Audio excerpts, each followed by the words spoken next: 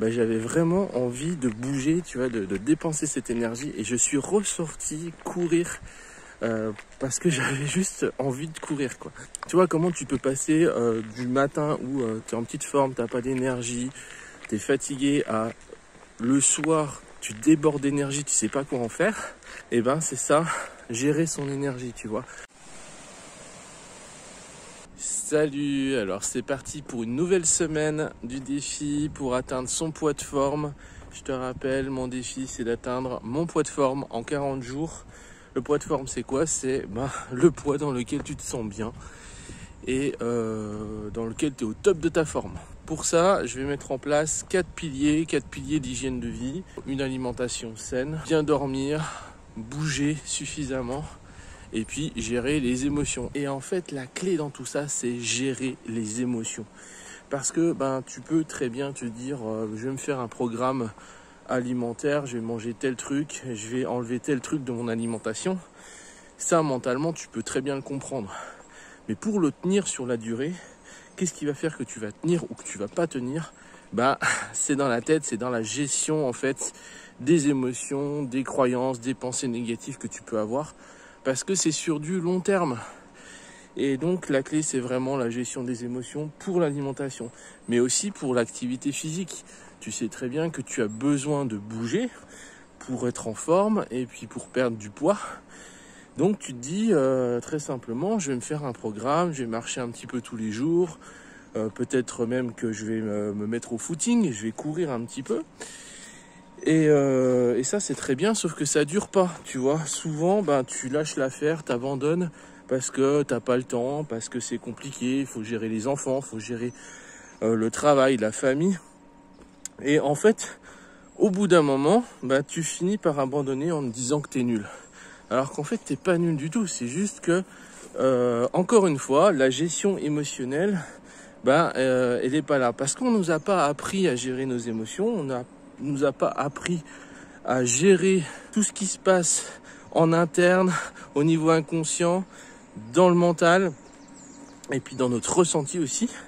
Tu vois, dès qu'on a un ressenti désagréable ou des pensées désagréables et on se dit que on est nul, qu'on va pas y arriver, on lâche l'affaire.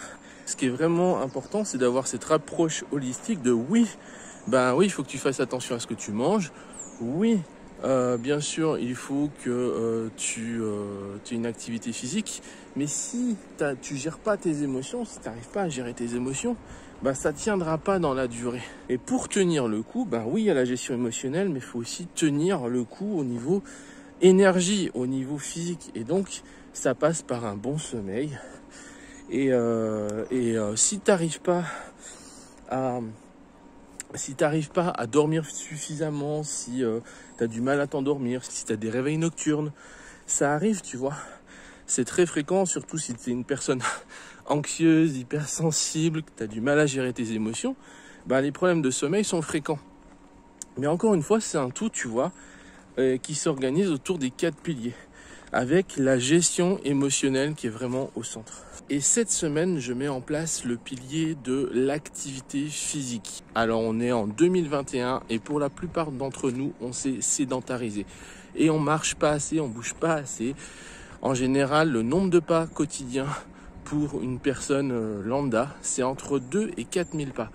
Et normalement, pour être en bonne santé, il faut faire entre 6 000 et 10 000 pas. Et peut-être que toi, tu as une activité où tu bouges beaucoup, peut-être que tu fais un travail où tu dois beaucoup te déplacer. Moi, par exemple, et avec le confinement, ça a accentué le truc là, ce qui se passe, c'est que je fais un travail principalement assis, tu vois, je bouge pas toute la journée. Quand je fais mes rendez-vous, c'est assis aussi. Quand je prépare les contenus, c'est assis aussi. Donc, j'ai besoin de bouger. Et là, ce que je vais mettre en place, simplement, ça va être de la marche quotidienne.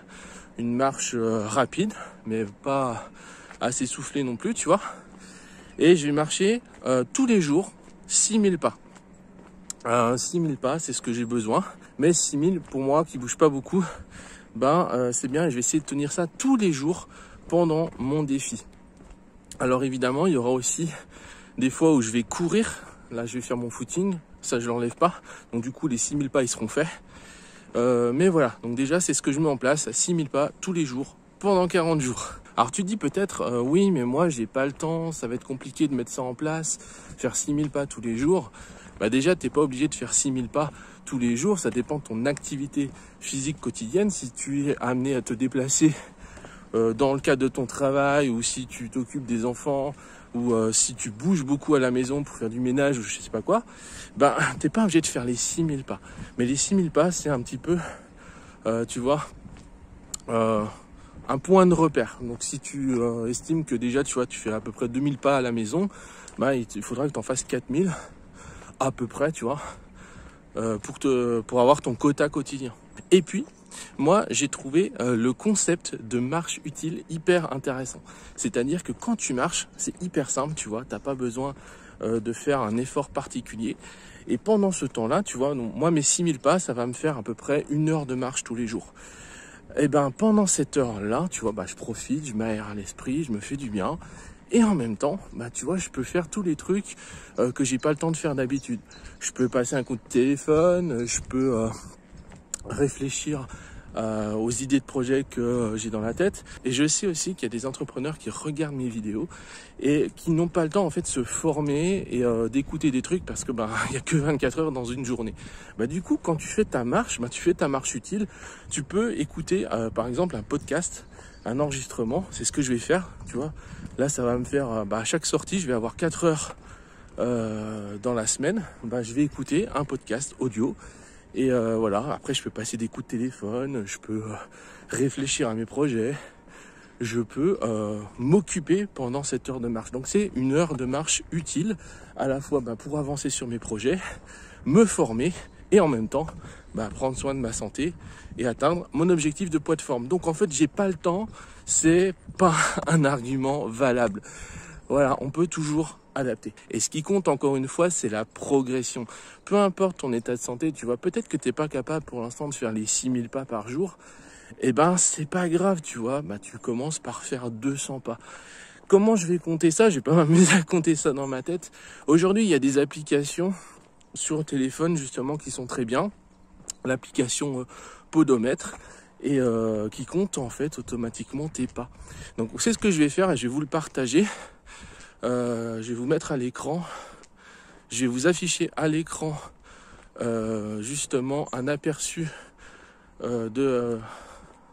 du podomètre pour vous montrer à quoi ça ressemble. Donc voilà, en fait c'est hyper simple, vous vous occupez de rien, vous avez juste besoin d'avoir votre téléphone avec vous.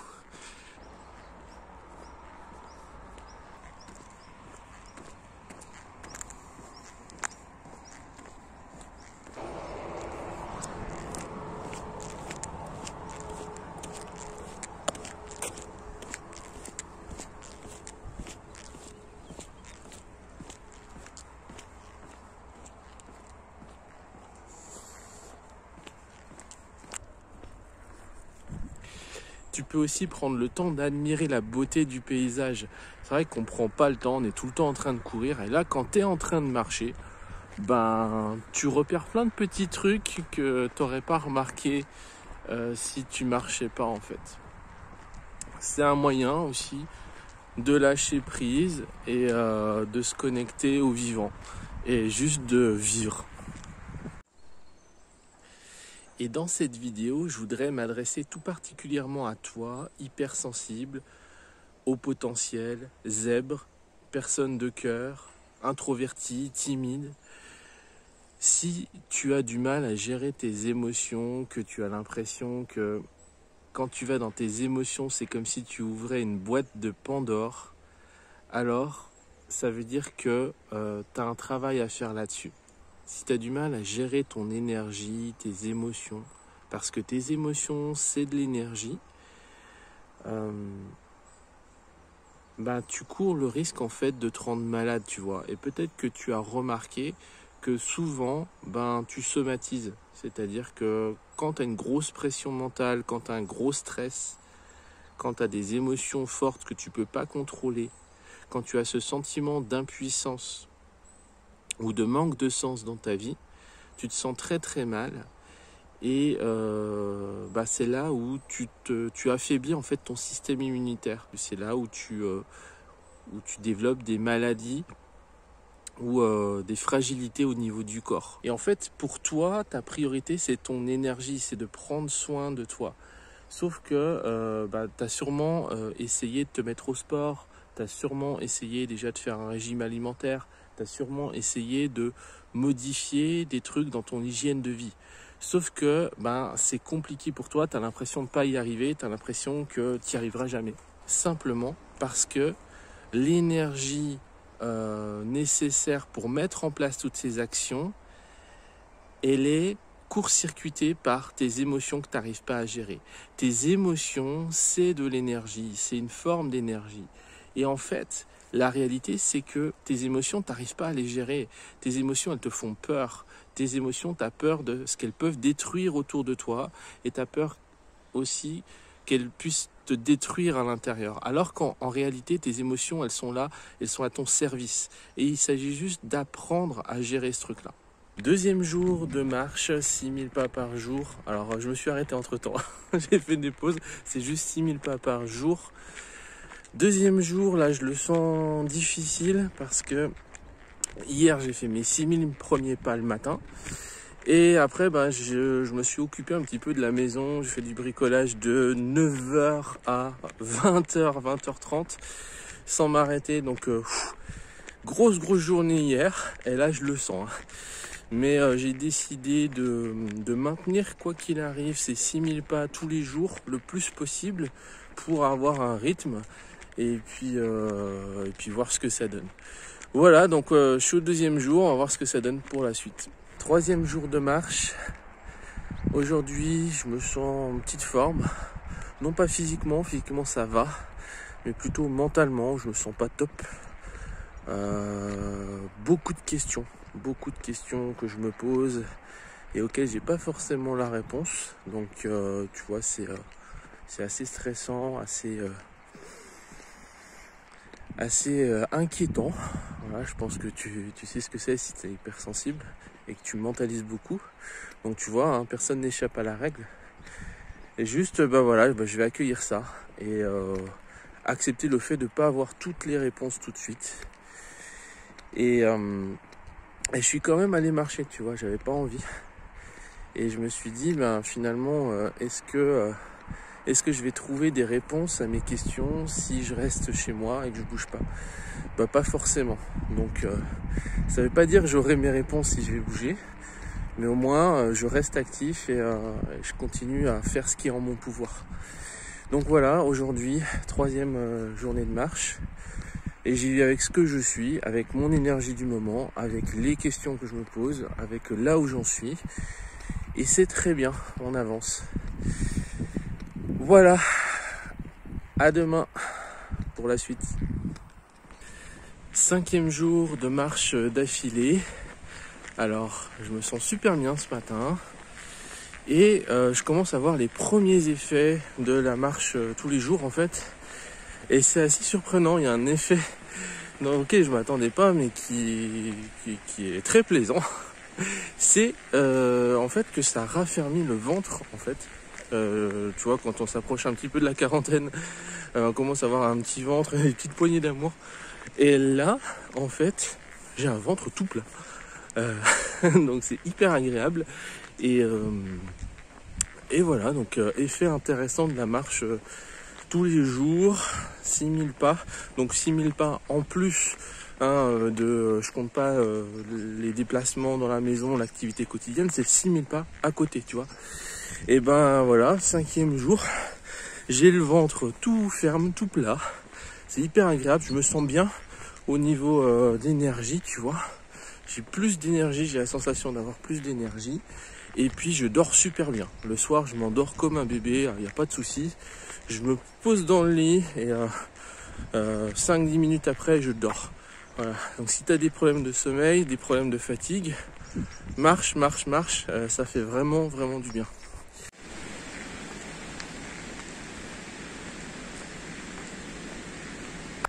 Alors 6000 pas par jour, faut pouvoir les faire, faut compter à peu près 1 heure par jour dans ta journée, tu vois. Et moi ce que je fais c'est le matin. Dès que je me lève en fait, Si je peux, je fais mes 6000 pas dès le matin au réveil. Je me lève vers 6h, 6h30, 7h du matin et j'y vais. Parce que là, on est au mois de juillet, il fait chaud. Et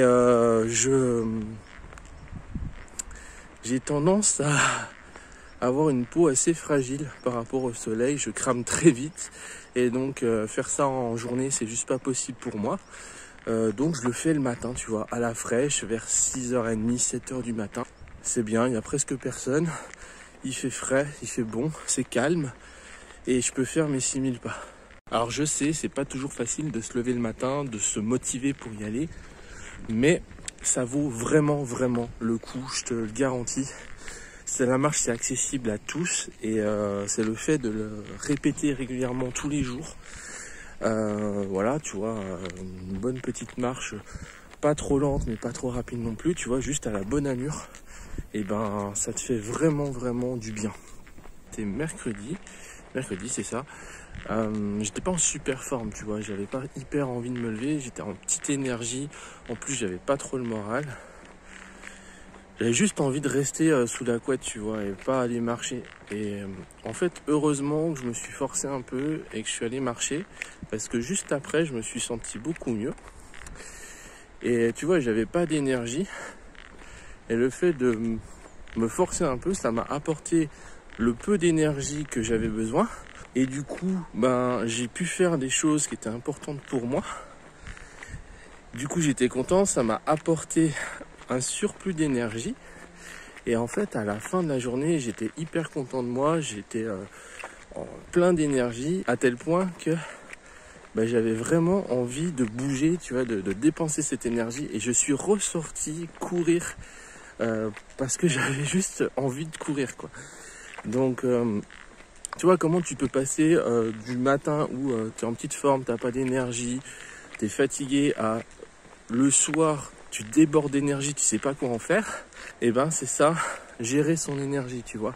Tu décides pas de l'énergie que tu as, forcément. Tu décides pas aussi des influences extérieures. Alors oui, on peut dire que oui, il y a la lune, il y a les autres. Tout ça, c'est pas faux, tu vois. Il y a plein d'influences qui impactent notre énergie. Mais là où tu as du pouvoir, c'est qu'est-ce que je peux faire avec l'énergie que j'ai là maintenant? Et ben tu peux faire le petit peu d'action que tu connais, qui te donne de l'énergie pour avoir plus d'énergie et ensuite pouvoir vivre ce que tu as envie de vivre. Donc voilà, je sais pas où j'en suis dans mon poids de forme, mais en tout cas, ce que je sais et ce que je sens, c'est que je me sens de plus en plus en forme. Ma silhouette s'affirme, mon corps se renforce et c'est hyper agréable en fait. Donc je continue comme ça. La semaine prochaine, je vais essayer de te faire une vidéo. Ça se complique pour moi parce que du coup, je serai pas chez moi. Je vais un petit peu dans la famille et puis voilà, donc c'est les vacances, on va en profiter pour se rencontrer le plus possible. Surtout qu'on ne sait pas comment ça va se passer par la suite. Donc semaine prochaine, beaucoup d'échanges sociaux, famille, relations. Et du coup, il va falloir que je m'organise pour maintenir mon activité physique, pour ne pas faire de craquage alimentaire. Bon là, ça fait plus de 70 jours que je tiens, donc je suis confiant. Mais encore une fois, on n'est jamais à l'abri d'une rechute. J'ai pas atteint les 100 jours.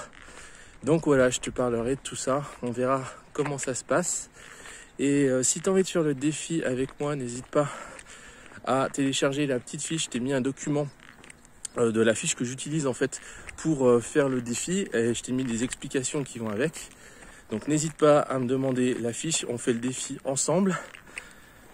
Fin du défi le 16 août. Et puis si tu veux t'inscrire à la lettre privée pour recevoir mes conseils personnalisés sur la gestion des émotions et comment passer d'hypersensible qui subit sa vie à hypersensible déchaîné et épanoui, c'est le premier lien en description.